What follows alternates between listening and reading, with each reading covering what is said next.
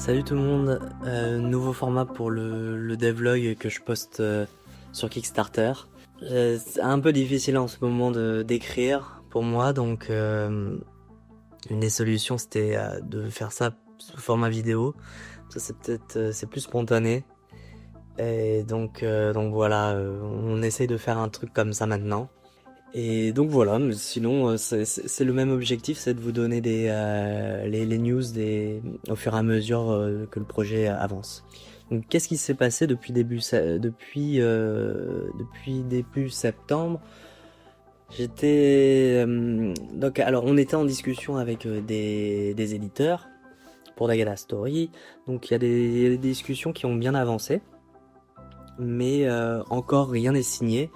Donc on continue le développement seul de notre côté pour l'instant. C'est des choses qui peuvent prendre des mois. Certains éditeurs étaient plus se positionner plutôt sur des années 2027-2028. Donc bon, voilà, c'est pour ça que pour l'instant on garde le cap nous sur la deadline qu'on aimerait bien respecter fin 2026. Donc voilà, nous on continue comme si de rien n'était pour l'instant. Le développement continue bien, le développement du jeu, donc là on a... Il y a déjà toute la théorie qui est quasiment posée. Maintenant le défi c'est de tout mettre dans le moteur. Et c'est sur quoi on travaille, donc création de nouveaux niveaux, ce qui nous amène à donc, création de nouveaux graphismes, les poser dans les différentes scènes, créer les différentes mécaniques, le gameplay, penser au level design. Et voilà, ça c'est le chantier habituel qu'on continue à faire. Le mois de novembre, on a consacré pas mal de temps sur l'écriture des dialogues. L'écriture des dialogues, parce que c'est quand même un jeu, il y a un peu de narration, il y a quand même un peu de dialogue, donc voilà, ça c'était un peu un défi d'écrire quelque chose qui soit quand même agréable à lire et qui soit cohérent dans toute l'histoire pour pouvoir donner aussi des couleurs aux différents personnages, tout ça. Donc voilà, c'était le chantier de novembre, c'est quasiment fini. Donc ce sont des premières versions et au fur et à mesure des playtests, on verra un peu le ressenti pour voir ce qu'il faut modifier à ce moment-là.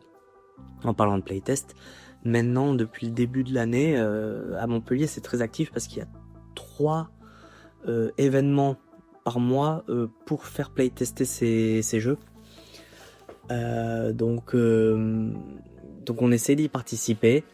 C'est quelque chose auquel c'est un objectif qu'on s'était fixé il y a déjà un moment, mais c'était parfois difficile de les tenir. Là, pour la dernière ligne droite, enfin, il faut absolument qu'on se force à tenir la barre là-dessus. Pour voilà, le playtest encore une fois, s'assurer que la qualité du jeu c'est très très important. Et pour s'assurer de cette qualité aussi, il y a un pote qui nous a rejoint sur le projet et qui va playtester le projet tout au long de son développement, mais également qui aide aussi sur la partie reporting des bugs, voilà, comment organiser en fait tous les retours des différents testeurs, savoir quel niveau de priorité on donne, etc. Ça va pas mal nous aider. Sinon, aussi sur le mois d'octobre et le mois de novembre, on a postulé un incubateur de jeux vidéo. Donc cet incubateur, il s'appelle le Montpellier Game Lab, c'est un incubateur de jeux vidéo qui a pour but de soutenir des entreprises de jeux vidéo, des entreprises qui ont des projets de jeux, et voilà. Donc on a essayé de créer quelque chose autour de Dagada Story et d'un autre projet aussi, même si on l'a un peu moins mis en valeur parce que moins avancé. Et donc comment on postule en fait, il fallait simplement faire un dossier et envoyer en expliquant, en pitchant le jeu, en envoyant des vidéos, etc. Et aussi parler du projet d'entreprise.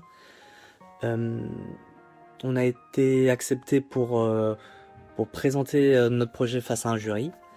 Et malheureusement ça n'a pas marché, on n'a pas été pris, on n'a pas été retenu après cette présentation là. Donc on sait pas trop pourquoi. On a demandé des retours, donc on verra. Mais dans tous les cas, en tout cas pour ce qui concerne l'Agada Story, ça aurait été un bonus, une aide, mais qu'importe, ça change pas du tout en fait la timeline qu'on a en fait pour ce projet-là. Maintenant, comme on est sur la dernière année du projet aussi, il faut penser au dernier événement marketing qu'il va y avoir. Je sais qu'on va participer à à des événements en France. Ça c'est, il y en a quelques-uns qui peuvent vraiment mettre le projet en valeur. Et aussi, il y a des événements online, notamment sur la plateforme Steam. Un événement très important qui s'appelle le Steam Next Fest. Là, il faut pas se louper. C'est une très belle occasion en fait de mettre son jeu en avant. Et donc, on aimerait participer pour celle d'octobre. Il y en a 2 par an, un en février et un en octobre. Donc nous, ça serait plus pour celle d'octobre. C'était à peu près tout pour les news. J'espère que ce format vous a plu. On va continuer comme ça pendant un moment, puis on verra après comment ça change. Allez, à plus tout le monde. Salut, salut.